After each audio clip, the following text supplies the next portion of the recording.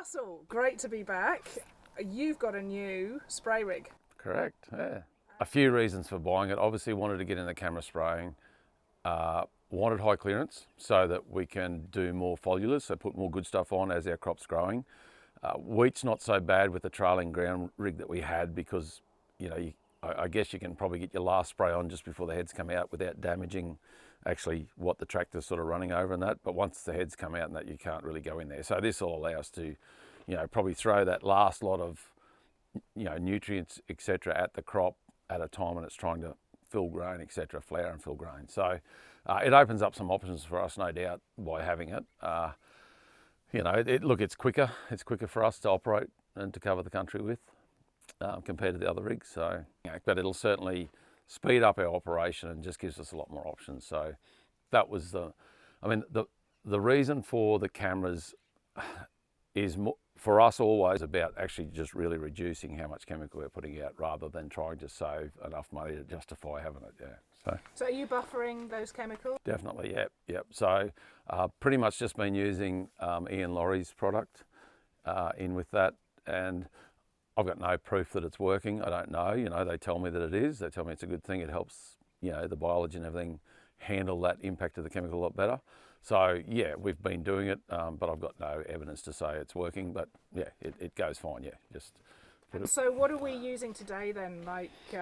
Because obviously we're not spot spraying. No. So we're putting just a range of things, and I guess through doing the multi-species and then sort of starting to think about what we're doing, and I don't know what the plants need. They can't tell me exactly what they need. So with our liquid inject, I quite a few years ago decided that instead of putting one lot of one thing in and going with that, to actually throw a whole heap of things in there, hoping that at some point in time in some particular soil type or whatever, there was something in that product that was going to help as against, like you grow a multi-species and three plants do really well, 5 do okay and 3 are hopeless. Well, you've got something there that sort of fills that void, and at least you haven't had a complete failure. So I guess with our liquid inject, that was the same thing. We throw a lot of things in and hope that works. And, again, I can't really say that we're seeing, you can't see a dead line in the paddock where you've put it on and where you haven't, but I'm just hoping that the biology and that's actually starting to get going and that sort of thing. So I've adopted the same process with any foliars we're doing. Instead of just doing 1 or 2 products, throwing a whole heap in. So we've just made up a brew here, not necessarily got any science beyond it, have done no plant tissue testing or anything like that, but just a brew of basically fish hydrolysate and kelp, some Nutrisoil in there, Ian Laurie's 2 products, so Soil Life and Microgrow, and also a bit of fulvic as well. So got a reasonable number of things in there. It's about 250 litres will be going in, so 250 litres of product, and that will go on just over 40 hectares of crop. So I don't know whether I've got too much or not enough. Because we're sort of putting multiple things together, I don't want to overload it with product. So yeah, just have a go, see what happens, do a bit of measuring obviously over the next few days and see what bricks readings are doing. It's running at about 10 at the moment, so it'll be interesting to see whether the bricks comes up after we apply this to it tonight or not. So talk us through then, how did you start all this? Because you've got to aerate it. Yeah. So pretty much we've just got 3 shuttles set up with an air fan, through PVC pipe with a whole heap of holes in the bottom of the shuttle, and we just blow air into it. So we batch it up. So there's about 250 litres in the shuttle of the good stuff. Top it up with water and then bubble that for a while. And last time I did that, I kind of had it bubbling until 5 minutes before I was ready to pump it into the spray rig. But and I did have also seaweed in that previous mix. And so this time I've actually aerated it the day before and just going to let it settle out so that hopefully, a lot of the things that are clogging up our filters settled on the bottom of the shuttle, and then pump it in, just hoping that it'll save some grief. But there's still enough floaties in there to probably be some sort of a drama, but I guess we'll see how that plays out when we start pumping. But the foliar spray is a good idea, but when you're using these particular liquids, there are particles. Yep. And okay, Yep. so just how are you managing with those particles in a rig like this? Are you finding that it's more painful, and that outweighs the good side of it? Yeah, look, it's painful in that pretty much the like last time when I did it, I was probably having 3 filter chokes in one batch just to make one load up. So I'm pre-filtering it before it's getting to the spray rig. So I'm running it through 2 filters first, then it goes into the spray rig, and obviously this has got its own system of filters for what's going in and out. So yeah, just trying to reduce the issues here early, but you know, there's particles still getting through those filters. I know there'll be still enough getting through that the spray rig will have to do some work to filter it out, no doubt. But I'm just hoping by leaving the seaweed out this time, it allows it not to choke up quite so quickly. But yeah, it's a problem. There's no doubt it's a problem. So what size is this, and how much are you putting in? So this holds about 4,150 litres in the tank. They call them a 4,000 litre tank, but it does hold a little bit more than that. So yeah, we just fill it right up, and we're covering. So we're running 100. We'll run 100 litres per hectare of total liquid on. So you know we'll get 41 hectares roughly out of a batch. So you've got a shuttle that's 1,000 litres. Yeah, well I don't quite fill it right up because I've just cut it down a little bit where we sort of put our stuff in, and also the bubbling action. If it's a product that froths up too much, you've we tend to leave it down like 700-800 litres in that shuttle. Leave us a bit of room so that if we do get frothing and that, it's not going everywhere and making a mess. So yeah. And then once you've transferred that, yep, pump that in, and then I've just got a tank on the back of a truck that's got clean water in it. So I've pretty much got it parked so I can fill the good stuff in the one side, just drop that hose off, clip the one on from the truck that's parked on the other side of the rig, and just pump that in, fill the tank up, and then away you go. Yeah. So it's reasonably simple, but it's just a bit time consuming to clean your filters out. You probably lose quarter of an hour, 20 minutes each batch. Just if they choke up, you've actually got to stop, pull your filters apart, clean them out, and that's not just as simple as running them under a tap or a hose. I've found I've had to blow them out pretty well with the air compressor to try and get that muck out, and some of it's still very hard to actually get out of the filter. So yeah, it's not easy, but hopefully it's worth the hassle. Will you do anything different next time with that mixture? Well, I don't really know what we can do differently if we want to use that mix. That's the problem. If you want those things in it, I don't know whether we could pre-filter the raw material in the shuttle first to try and get rid of it before we're putting it into our bubbling system where we're aerating it. I'm not, are the goodies that you're filtering out in that scenario going to take some of the goodness out of that mix? I'm not sure, but yeah, I think we'll just put up with the inconvenience as long as we're seeing results, and it'll be interesting. So I did bricks tests today before we're going to put this stuff on, and we're brixing at 10 in the monoculture, 6 in the multi-species, bearing in mind the multi-species has had no chemical or fert on it for the last few years, where the monoculture has had fert on it, and the first strip of what was multi-species, so the first strip we roller crimped when you came out that time, the very first paddock we did there, so it's been multi-species for 3 years, or 3 crops, so winter, summer, winter, one after the other. So this year I've actually planted it as a monoculture because I want to see whether, and treat it the same as the rest of the monoculture wheat, because I want a comparison between the last 3 crops of multi-species. Have they done enough good in the soil that we can measure a difference? Like if I didn't put fertiliser on it, the question would be, well, is it the lack of nitrogen that's the problem, and that's why it hasn't yielded as well, or the protein hasn't been as good, or whatever you want to test for. So it's more about, I know I'm probably doing the wrong thing by bringing that paddock back into a monoculture scenario, but for me, I want to know, has the multi-species made a difference keeping everything else the same? So the multi-species is the only thing different compared to the rest of the paddocks. The other 2 paddocks are still multi-species with wheat in them, and not necessarily as a cash crop. If the brassica that's already in that soil, and some of those things can't return and come back. So there was no brassica planted in this mix.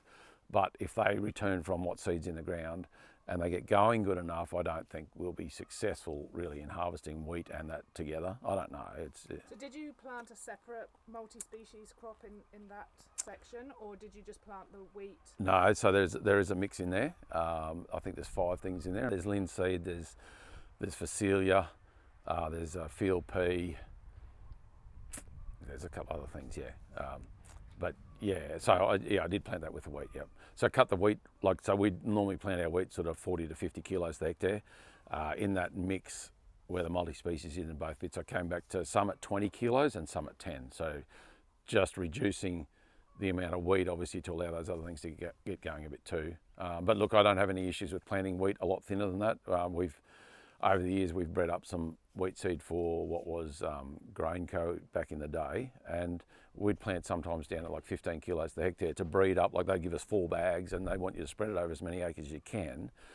And look, there was years at 17 kilos per hectare it out-yielded wheat planted at 40 kilos per hectare, which is a normal rate, but because it was a tough finish, those plants, just amazing, the difference. So, you know, like from 1.25 tons to the acre down to about 0.8 to the acre, and you know, the 0.8 was the crop that was planted what you'd say is normal rate and should have done better, and yet the one that's a lot thinner out-yielded it by a fair bit. So yeah, so I'm not worried about reducing the wheat down there as such. If it is able to be harvested, well, yeah, the yield may not be as good as the monoculture, but it might not be that far behind too. So when I was last here, what happened? Because I left when you were harvesting the sugar drip. Yep. And planting the wheat. Yep, correct, yep. And I know that the weather was pretty dire. So can you just talk us through what the weather's been doing and how you've coped? And I think you also, did you do some deep ripping or ploughing because of compaction? Yeah, so we did. So I guess season-wise, the most difficult season that I've ever farmed in, from the point of view of being so wet. So I guess we had 2019 was the other extreme, so dry, and that's obviously difficult to farm in because there's zero income coming in, you're not growing any crops. It's not that hard to manage because there's not a whole lot to do, but financially a very difficult situation. Whereas this last year, 2022, was just exactly the opposite. So I think we ended up with about 50% more rainfall than what would be considered our average. And that's probably not a big issue normally, but it was more the consistency of our rainfall events. It meant that you just couldn't get in your paddocks to do anything. Like, you'd almost get dry enough, rain again. So you'd wait another few weeks and you'd nearly get dry enough and it'd rain again. And it was just this constant battle. So we had paddocks that we couldn't do anything in for 4 months straight. Could not move. So nature was doing its thing. Don't worry, there was weeds and everything there getting going. And so yeah, so when we harvested that, yeah, we went straight back in and planted the wheat in there, our multi-species mix, and I don't remember what was exactly in that mix, but there was definitely wheat went in there, and there was half a dozen other things too. None of them did very well at all. My observations say that it was lacking in nitrogen, definitely. So where we had fertilised in our monoculture crop right to the line, the first 2 or 3 rows of wheat in the monoculture paddock went from good to ordinary to bad to pathetic, and then the rest of the paddock was like that. So quite yellow, really struggled, but bearing in mind it was so wet that I'm not surprised that it had a nitrogen issue. Yeah, look, that whole winter thing was a total failure as far as the crop we planted, when you were out here. So we sort of had one really, really good winter multi-species mix that we crimped. The summer one wasn't too bad. It was difficult because we had issues. I think it was dry when we planted that, and then it stayed dry for a while, and I went back in and actually replanted that again, and then it got extremely wet, and then we had flooding, and so it was like, whatever move you make was the wrong one. But I guess what it's shown me is, obviously these things don't always work, but I can see how good it can be when it's good. I've seen how bad it can be when it's not, and I guess it's just a case of just keep plodding along like we are, keep trialling things. See, I guess I'm just waiting to see something that is the light bulb moment that, out of the 3 crops that we've done, there is something that's changing. That's what I'm waiting for. Look, Soils for Life have done some soil testing here, and I haven't seen all of the test results back. Apparently there's some slight differences in the soil test, which is obviously positive. But I'd like to be able to see it out of the header cap, you know, go, yeah, okay, it's yielding better, or the protein's better, or whatever. What about when you dug holes and found worms? Why was that? Yeah, so when we planted sorghum last year, so that was about November. That when we got dry enough last year was November, and pretty much from that point on the rain turned off. So yeah, we would have been planting September, October if we could have, but just too wet to move. So we were a later plant. I included in with the sorghum seed some terra firma, like a composted, palletised chicken manure with other goodies in it. And so we went at 50 kilos the hectare, and we did some at 100 kilos the hectare. At 50 kilos the hectare, we were basically dropping a pellet every couple of inches.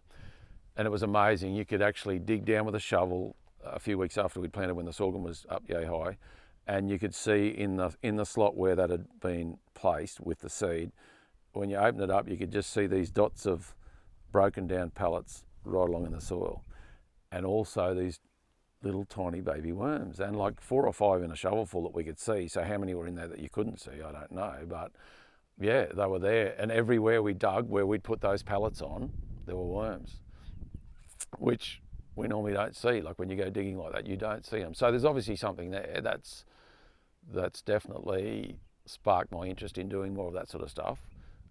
Have the worms survived? I don't know. I went digging looking for, you know, either worms, or you get the evidence of where they've been with their holes, but yeah, pretty hard to track them down there. So I don't know. Are they still going? Have they gone deeper?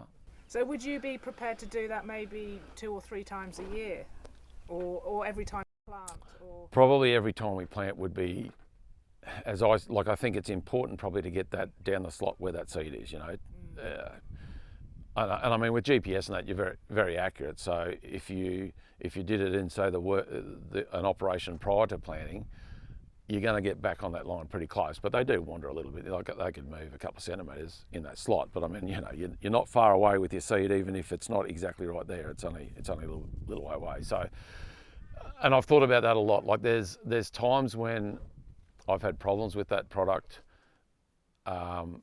If there's little lumps in it, sometimes they'll get through your metering system and choke up in your boot, going down in the ground. I've had some choke up the distributor head, so where the grain or the product gets thrown through your planter up into a distributor head that sends it out the 10 tubes that go down into the ground. There's a cone-shaped thing up there with a lot of pipes coming off it, and I've had it clog up there as well. Sometimes because the lump is big enough to do it on its own, but sometimes because of sort of 2 or 3 happen to magically align at the same time and choke it. So you can never really tell what you're in for. But so yeah, I've had problems with it, and I think, should I go and get a spreader so I can spread it on top? But I don't think that's ideal. I think you get better bang for your buck by putting it down there with the seed at that time. That's what I think is ideal. Where I would like to be longer term is I would love to have a cement mixer off the back of a truck, so an concrete agitator, so that I can put, again, a mix of things instead of just doing one thing down the slot. You know, be able to do combinations of things like, you know, your terra firma type chicken manure product, calcipril, worm hit sort of things, you know, blood and bone, anything that's palletized and or prilled or whatever. But again, do a mix so that if one thing's not working, something else in there might, you know. That would be my dream, to go to that point, or to get to that point. Again, just add diversity. Okay. Yep. It would just be a mix of 5 things instead of 1, you know. Yeah. And without the seed? Oh, no, I could put the seed in as well. Oh, okay. So you'd have one product in one box or one bin on the air seeder, and the other one, like sorghum seed in the other one, yeah. Yep. Okay. Wheat time, it's okay, as long as you've got the manpower. I mean, all these things are difficult if you don't have the manpower at the time. We get really jammed with wheat at wheat planting time because we're usually really busy getting rid of seed weed as well as trying to plant. So the manpower becomes our issue. But if you're trying to do a product like that at wheat planting time, you just need someone here to keep filling things up, because you know, sorghum you're planting at like 2.5 to 3 kilos a hectare. Wheat you're planting at 40 odd kilos a hectare, so obviously you're running out of product a lot quicker, so you need someone there to keep filling it up the paddock, or else you're doing an awful lot of trips down with a planter to fill it up, slows everything down a lot. So ideally I probably need a big air seeder, but if we go with what we've got, you just really need that manpower to keep topping them up and keep that efficiency going at the time when it's probably the most critical. You know, if your moisture's right, you want to fire and get as much done as you can, as quick as you can, because who knows what 3 days' time is going to be like, you know. So last year with our sorghum, we planted over 7 days, and we probably shouldn't have planted the last 2 days, as it turned out. It was fine when we were planting it, but you know, we had a week of wicked weather after that, and those last couple of days that we planted really dried out bad, like worse than the previous days planting. We were lucky enough to get pretty close to like 25 mil of rain on the whole area, and that definitely saved us, because some of the plants in that last couple of days planting were really struggling to come through. So yeah, and you know, you after being so wet all year, and then it stops raining, and then you get, you know, planted in okay, and then you get a week of really bad weather. I mean, none of us around here could believe how bad it got, how quickly, yeah. So that's just Mother Nature. Yeah. Giving you a wake-up call. And so your future plans then, okay, so with the biological actual prills and pellets, fantastic idea. What else with regards to what are you actually going to be planting? Have you got, you know, a couple of seasons in advance? Planned? No, Yeah. no. Okay. We yeah, I mean, look, it's. I mean, you can have an idea in your head what you think you might want to do, but so often you plan that and it just goes pear-shaped, you know, because it doesn't rain at the right time or whatever. So we'll have a reasonable amount of sorghum here this next, like in September, October, whenever we get to plant. At Jimber, I'll probably, at this stage, I'm thinking I'll put all butterfly pea in out there. That's my thought at the moment, but yeah, I'll just wait a little bit longer to see. You know, I've got to make up my mind by early September, definitely, but that's sort of what I'm thinking I'll go. What about in these paddocks? Yeah, in the multi-species, yeah, I actually haven't thought too much about that. Yeah, I mean, I certainly in the two that are multi-species now, I'd be keen to try and keep something going in there if we get the moisture. And look, that's why the last couple of years was so good, that we had rain and we could go crop after crop after crop, because normally you don't have that opportunity because it's so dry. When you've grown one crop, you know, it takes a while to get enough moisture back in your ground to fire with the next one. Even though a multi-species is a different scenario to a monoculture crop. Do you think you'll go more nitrogen, possibly? Yeah, I think like so that mix has got obviously some legume in there, but yeah, definitely. I think nitrogen's something we need to try and fire into those both a bit more. What about the sun hemp you were thinking? Yeah, I haven't done anything with that, but yeah, sun hemp would be something I'd probably just chuck in as a monoculture, you know, just as a crop on its own in, say, those multi-species. But I wouldn't mind trying it up the paddock in another block when we're, you know, if the opportunity arose where we were wet enough after we've come off out of a crop, if we got enough rain to double crop that, whack the sun hemp in and give it a go. Yeah, I'd be keen to see how it goes, because you know, everything I've heard about it, it seems like it's a good thing. Yeah. But I've never seen it, so I don't know. Yeah.